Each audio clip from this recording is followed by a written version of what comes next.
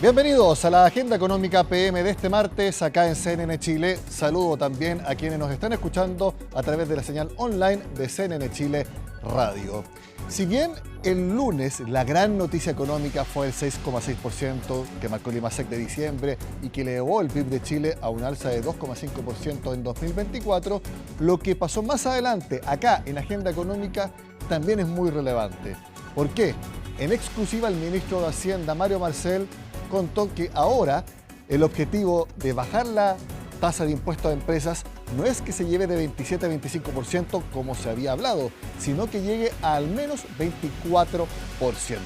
Eso fue destacado transversalmente por líderes empresariales y hay muchos que están viendo también qué es lo que viene con la reforma del impuesto a la renta. Si esa baja a las empresas se va a compensar o no con más impuestos a las personas de mayores ingresos. Todo lo explica Fernanda Moya.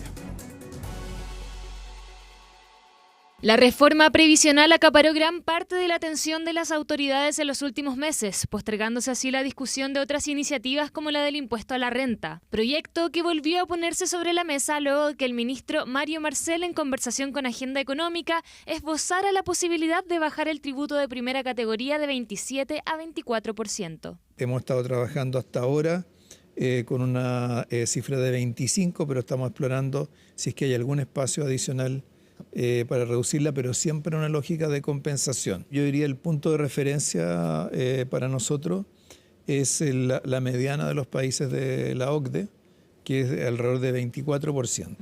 Recordemos que la discusión del impuesto a la renta venía contenida en la rechazada reforma tributaria en marzo del 2023, que luego se incorporó nuevamente en el denominado Pacto Fiscal del Gobierno. Hoy esta propuesta llega de manera separada dado el poco consenso que estaba teniendo la iniciativa en el Congreso. La propuesta de Hacienda se centra en un régimen dual. Lo que se propone es desintegrar el sistema, es decir, la empresa operativa paga su impuesto corporativo y ahí termina la tributación y se van cobrando ciertos impuestos, ejemplo, la remesa de dividendos, y el contribuyente final no ocupa los impuestos que se pagaron agua abajo como crédito. Cuando yo digo que el impuesto corporativo que se pretende bajar a 24 no es tal, es que se están agregando algunos impuestos de retención a nivel de la empresa y algunos impuestos de retención a los dividendos que hacen que en la práctica no es 24%, a lo menos va a ser 25%. Durante los últimos meses, Hacienda sostuvo conversaciones con distintos representantes empresariales y pymes para ir acercando posiciones sobre lo que sería esta rebaja impositiva, cuyo punto central se sostuvo sobre el crecimiento económico. Creo que la tasa de impuestos a las empresas debería ser revisada, me parece que 23 es razonable, pero más que eso, está demostrado empíricamente que los países que han bajado los impuestos ha subido el crecimiento. Sin embargo, uno de los puntos centrales de esta discusión es la compensación ante la rebaja en la retención empresarial. El Ejecutivo propuso subir el impuesto global complementario para los últimos 3 tramos de la escala tributaria de las personas. Esto es para quienes ganan desde 6 millones hacia arriba. En términos de recaudación fiscal y también de lograr un sistema más progresivo en términos tributarios, es importante que esto pueda equilibrarse con un alza a los mayores ingresos y a los dueños del capital en Chile.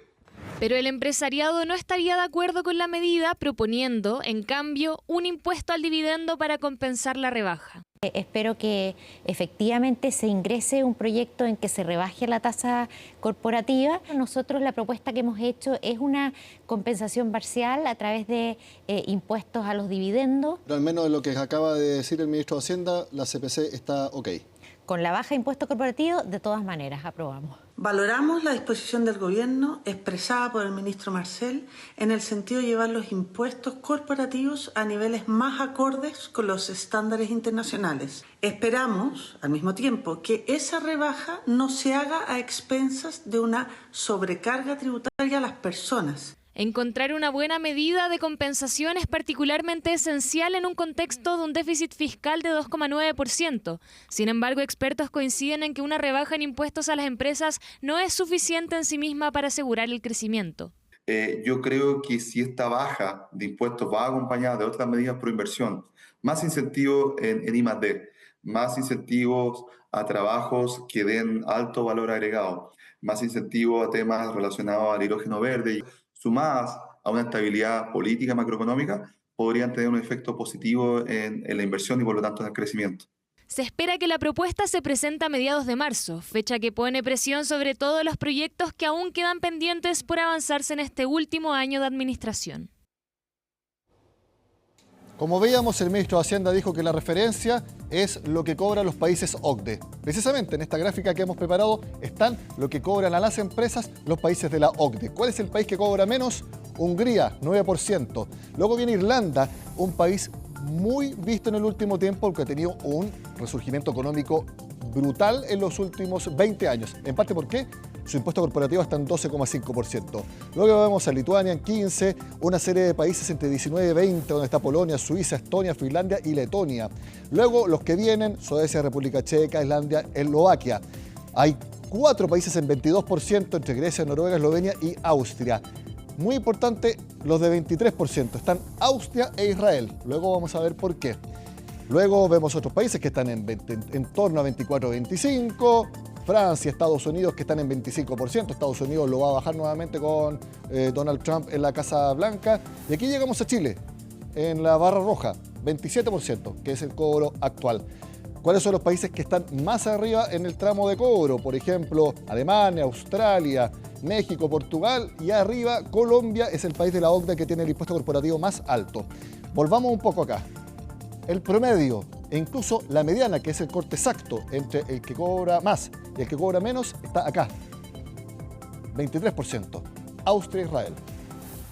Si al menos lo que dice Mario Marcel es correcto, que sería una referencia al promedio de los países OCDE, sería 23 o a lo más 24,9. Aquí debiera ubicarse entonces Chile, si es que, tal como lo dice el ministro, se baja el impuesto a las empresas en torno a 24% en la reforma del impuesto a la renta, que como veíamos se presentaría a mediados de marzo. Lo dijo acá en Agenda Económica. Vamos a ver entonces qué es lo que presenta el Ejecutivo cuando se retome la actividad legislativa a mediados de marzo.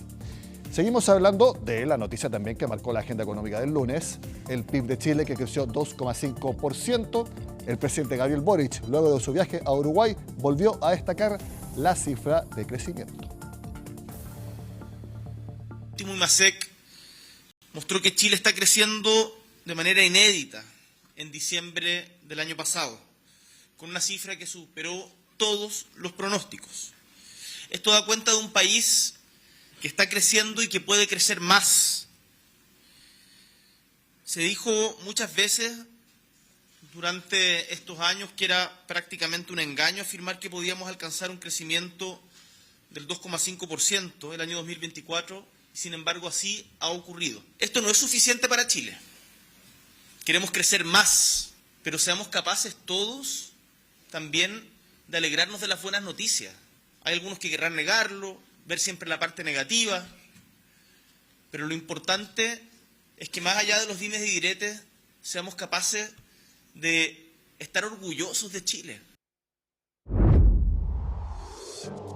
Cambiamos de tema por algo muy importante, porque el CERNAC informó que en el acuerdo que desarrolló con el Servicio Nacional del Consumidor, va a compensar a más o menos 800.000 clientes afectados por los extensos cortes de luz del año 2024. Yo soy uno de ellos. En total, se le devolverían más o menos 17.000 millones de pesos a todos ellos. Que va a beneficiar a más de 800.000 familias o 800.000 hogares de la región metropolitana y que va a significar una compensación total de más de 17.000 millones de pesos en favor de todos los consumidores que fueron afectados. Cada uno de estos tramos va a tener compensaciones que sean acordes, por supuesto, a ese nivel de afectación. Sumado todo a lo anterior, van a recibir una bonificación especial aquellas personas que, habiendo reclamado al CERNAC, nos aportaron antecedentes muy valiosos respecto de la modalidad. Efectivamente, esto va a ser a través de descuentos directamente en la boleta. Hacemos la pausa en la agenda económica y al regreso les mostraremos una entrevista que grabamos a quien fue elegido como el líder empresarial con la mejor reputación de Chile. no es Andrónico Luksic, tampoco Luis Enrique Yarur, tampoco Roberto Angelini. Se trata de Alan Meyer, el líder también de Mercado Libre para toda la región andina. Hablamos de este reconocimiento, también de los planes de Mercado Libre para este año y de cómo está el comercio y consumo en nuestro país. Al regreso acá, en Agenda Económica.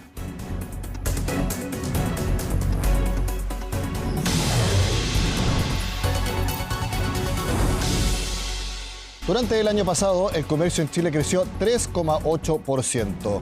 Una pregunta muy importante es qué es lo que va a pasar durante 2025. Estamos acá en Agenda Económica con el representante de una de las empresas, yo me atrevería a decir también la de mayor crecimiento del sector en nuestro país en los últimos años. Me refiero a Mercado Libre. Nos acompaña el vicepresidente, no solamente para nuestro país, sino que todos los países andinos de Mercado Libre, Alan Meyer, a quien agradezco por estar con nosotros. Bienvenido, Alan. Hola, Nicolás, ¿cómo estás? Muy bien, y quiero aprovechar de felicitarte porque de acuerdo a la encuesta Merco, tú fuiste elegido el líder empresarial con la mejor reputación. ¿Qué significa eso? Bueno, creo que primero esto habla de una historia, no sé si es un momento. Nosotros hace varios años, yo ya llevo 11 años en la empresa en Chile, desde que creamos la oficina, y venimos remontando. La primera vez que salimos dentro de los 100 primeros lugares, empezamos a aparecer en el ranking, y los últimos 2 años había salido en segundo lugar. Este año tuve el privilegio de liderar esa lista, pero creo que finalmente a mí me toca poner la cara, liderar esto en nombre de mucha gente. Somos casi 3.000 personas en Chile y yo diría que al final es un reconocimiento. Le toca también a Mercado Libre salir como la empresa con mejor reputación en Chile, a mí como líder, pero finalmente es un trabajo conjunto que como te decía, tengo el privilegio de representar. Y también te habla de algunos cambios, de la evolución que siempre ha tenido la empresa, el emprendimiento en nuestro país. Alan, ¿tú qué edad tienes? Yo tengo 38. Ya, porque superaste en esta medición a Luis Enrique Yarur, a Andrónico Luksic, que llevan, ¿cuánto? ¿50? 60 años trabajando, son empresarios siempre desde muy temprano conocidos, y tú tienes, en este caso, no digo una mejor reputación, sino que te tocó ser reconocido con una reputación corporativa mayor en este caso. También, personalmente, ¿qué sientes? ¿Sientes orgullo? ¿Sientes algo de vértigo en una carrera tan ascendente? Bueno, lo primero, creo que tanto a Luis Enrique como a Andrónico les tengo un respeto y una admiración gigante. Me tocó crecer, aprender, tomar casos universitarios en los cuales ellos eran los protagonistas y lo han sido y lo siguen siendo, si bien ahora han tomado quizás una posición más en el directorio y menos de ejecución, pero han sido los grandes empresarios de nuestro país, y yo creo que eso ha levantado y ha sido un faro de luz que ha iluminado la posibilidad de hacer empresa y de ser exitoso en nuestro país. Ha traído capitales, ha traído inversión. De alguna manera eso nos afecta y nos ha ayudado a seguir haciendo empresa en nuestro país. Así que lo primero es un grado de emoción, de, como dices, quizás algo de vértigo, pero también de humildad, de que hay gente que genera mucha admiración y que ha ocupado este espacio por tantos años. Y de alguna manera también te habla de algo de optimismo que tiene que ver con el recambio, que cualquiera que hoy pueda estar partiendo una empresa o soñando con hacer empresa puede perfectamente ocupar en 5 o 10 años más esta posición, que es algo que permanece mucho menos inmóvil de lo que pensábamos hace algunos años, y que también da esperanza de que podemos construir una empresa distinta, un liderazgo distinto, ¿no? Y ser un líder empresarial es ser una persona innovadora, ser una persona optimista, ser una persona quizás también políticamente correcta. Fíjate que yo no sé si me definiría a mi equipo como una persona políticamente correcta. Yo creo que si una persona consecuente, si una persona que genera confianza, si una persona que representa muy bien e integralmente y de corazón los principios, los valores, el propósito de su empresa, y que lo hace consistentemente en el tiempo. Yo creo que eso te va generando una reputación. El que tus valores, aquello que empujas, aquello que promueves empresarialmente, eso que de alguna manera se manosea un poco y se habla mucho de propósito, pero lo interpretas en cada día, en cada decisión y a lo largo del tiempo. Eso finalmente va generando la marca, la huella, la identificación que va generando no solo como empresa, sino también como persona, como ejecutivo, que trasciende algún momento a otro, y que te permite tener esa credibilidad también en el futuro, porque si has mantenido esa constancia en el tiempo, esa dedicación, esa abnegación, esa decisión constante por ese propósito empresarial que has decidido perseguir, también es esperable que lo hagas en el futuro, ¿no? Ahora, si bien Mercado Libre tiene un origen argentino, el hecho de que tú estés a cargo de varios países de la región, tu cargo lo dice la región andina, también demuestra que tu caso en particular, pero también estás llevando la forma de hacer negocios de Chile hacia los otros países. Sí, la verdad que ha sido una muy linda historia. Me tocó abrir las oficinas de Mercado Libre hace 11 años.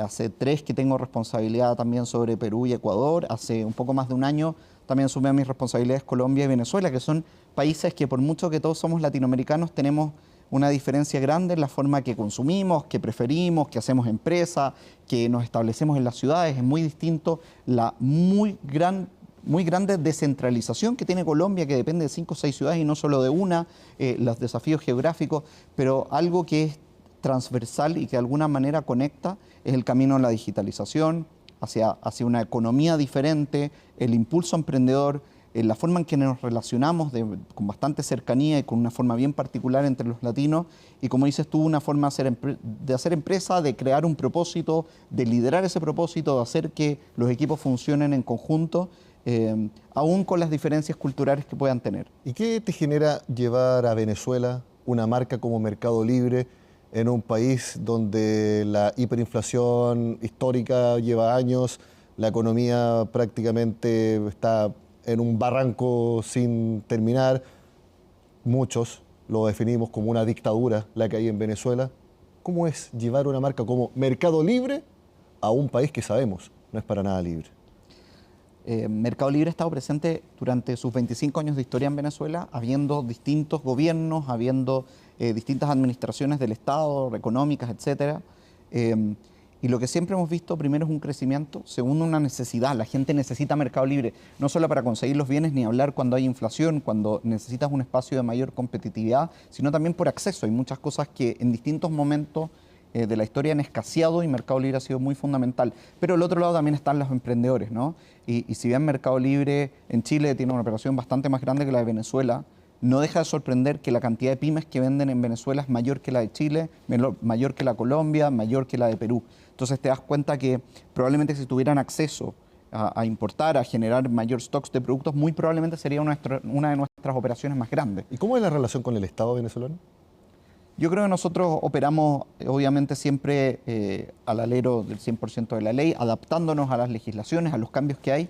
Los distintos países han tenido distintos desafíos, ¿no? No olvidemos, durante los últimos años, de hecho, la inflación en Argentina, que es uno de nuestros mercados más importantes, el tercero más importante, era muchísimo mayor que la de Venezuela. Por lo tanto, lo que vamos haciendo es viendo la oportunidad, viendo también la necesidad de la gente y adaptando nuestra solución tecnológica a los desafíos que va teniendo cada mercado. Y creo que hemos sido sistemáticamente exitosos en esa adaptación a cada uno de los mercados donde operamos. Hablemos entonces de los planes de Mercado Libre para 2025. Alan, me imagino que hay algunos que son específicos para cada país, pero también deben haber algunos transversales. Sí, sí tenemos que sentarnos. La verdad que en Chile o en prácticamente todos los países donde lidero, uno de los desafíos más importantes tiene que ver con la logística. La verdad que el crecimiento en unidades enviadas, en paquetes, ha sido gigantesco. Hoy estamos enviando, en el caso de Chile, más de 1 millón de paquetes a la semana. Y cuando tú piensas en crecer al 20, al 30, al 40%, como lo hemos hecho en los últimos años, sobre esas bases, significa crear lo que hace algunos años antes, una pandemia antes, hubiera sido una empresa de logística entera, no movía esa cantidad, ¿no? El 20 o 30% de lo que vendemos hoy. Entonces sería como ir sumando todo un carrier logístico adicional a tu operación, y a veces incluye nuevos centros de distribución, nuevas capacidades, nuevos centros para hacer más eficiente el proceso, para recorrer una milla más corta, para llegar más rápido, ¿no? Hoy en Chile, de hecho, es uno de nuestros países donde entregamos más rápidamente, pero a medida que más llegamos, a medida que las calles están más llenas, a medida que el volumen de paquetes es más grande, a medida que cada vez salen desde lugares más diversos, ¿no? Estamos haciendo un esfuerzo muy grande, no solo porque se originen en nuestra bodega, en Santiago, sino en cualquier espacio de Chile, ¿no? Entonces tenemos un desafío muy grande respecto a la logística, que lo resolvemos tanto con infraestructura como con tecnología. Tecnología, inteligencia artificial para ir tomando las mejores decisiones en tiempo real, quizás anticipándose. Es una herramienta que me imagino que ustedes ocupan mucho. Absolutamente. La verdad que la inteligencia artificial, la gran revolución que estamos viviendo tiene que ver con el acceso de la gente común a la inteligencia artificial. No, lo que se creó no es inteligencia artificial. Podemos ver películas de hace 30, 40 años y ya hablaban de inteligencia artificial, sino poder hablarle sin código, sin un espacio críptico, sin tener que ser experto, estudiar una carrera, a la inteligencia artificial. La volvimos accesible para todos lados. Y eso también ocurre en la programación, ¿no? De alguna manera antes había que componer cada uno de estos códigos y tenemos inteligencia artificial hace muchos años. El punto es que ahora está mucho más disponible, es mucho más cotidiana, está en la conversación de cada proyecto, cada desafío que nos ponemos y, por ejemplo, utilizamos inteligencia artificial para determinar las rutas que recorremos cada día, el orden en que tenemos que visitar a las distintas gentes, para cómo almacenamos los productos, ¿no? Y dónde los almacenamos en cada punto de la bodega, de manera que el recorrido que tenga que hacer el que arma tu paquete sea el menor posible. Y así tiene un montón de usos. Lo estamos haciendo para contestar preguntas a las miles de pymes. Imagínate, 32.000 pymes, ¿cuántas preguntas recibirán por día sobre sus productos? 100, 1000. ¿Y qué pasa si la inteligencia artificial puede facilitarles la respuesta y ver si solamente tienen que editarla o algunas cosas simplemente contestarla automáticamente? La verdad que tiene muchos usos y vemos muchos usos más por venir. Esta semana conocimos el crecimiento de Chile en 2024, fue un 2,5%, impulsado por un IMASEC de 6,6% en diciembre. Pero quiero preguntarte por el comercio, que creció 3,8%, un número que uno podría decir dentro del promedio histórico es de mediano para abajo. Quiero preguntarte a ti, ¿cómo ves las perspectivas del comercio en nuestro país con lo que vimos en 2024 y lo que vemos para 2025? Nosotros lo vemos de vuelta con optimismo, tanto viniendo desde espacios donde habíamos decrecido en el consumo, como que ya empieza a crecer. Pensemos que la población en Chile está creciendo a menos de un dígito, o sea, 0, algo prácticamente. Entonces, pensar un 3, algo por ciento en una población que crece a menos del 1% quiere decir que la gente está consumiendo más, que es de alguna manera un reflejo, si es que no tienes retiros especiales de la AFP o cosas así, te habla de riqueza, te habla de poder adquisitivo, te habla que la gente quizás requiere menos para sobrevivir y más para vivir y puede empezar a adquirir productos, servicios que antes no hubiera tenido acceso, y eso también te habla de un desarrollo del país. Y también en la medida que vemos que las tasas poquito a poquito ahí están un poco frenadas, pero bajan a nivel mundial, bajan a nivel latinoamericano y también bajan en Chile, también abre la posibilidad de acceder a créditos para también obtener productos que no puedo pagar un único mes. Por lo tanto, si bien la economía va poquito a poquito mejorando, yo creo que el consumo va un poquito por delante, porque la gente que estaba más aprensiva respecto a las capacidades que tenía, quizás ahorrando más o con ingresos más acotados o con trabajo que desconocían si iban a seguir teniendo, en la medida que se van afiatando también se disponen a complementar su hogar, su vida con algo que necesitaban. Mencionas los créditos que pueden ser más accesibles, porque por ahí va el futuro del Mercado Pago. Sí, en Mercado Pago la verdad que estamos atendiendo en muchos lugares, ¿no? Tenemos desde la compra de cripto, que ha sido una locura, tenemos una parte que hace POS, estas máquinas con las que paso la tarjeta, nos compraron una empresa chilena, Redelcom, y hemos multiplicado por más de 5 veces, tenemos más de 60.000 equipos hoy a la calle. La verdad que la cuenta está que gana dinero en la medida que tienes saldo a favor, sin hacer nada, ha sido un tremendo éxito. Somos el mayor emisor de tarjetas de pago, de prepago, con más de 1,5 millones de tarjetas emitidas. La verdad que estamos buscando cómo solucionarle al chileno cada una de las necesidades que tiene de incorporación, de poder hacer compras online, de poder hacer una recarga de su VIP, de poder tener acceso a las cripto. La verdad que vemos la gente cada vez más interesada. Chile es un país que ha sido bastante buen adoptador de estas nuevas tecnologías, lo vemos también acá.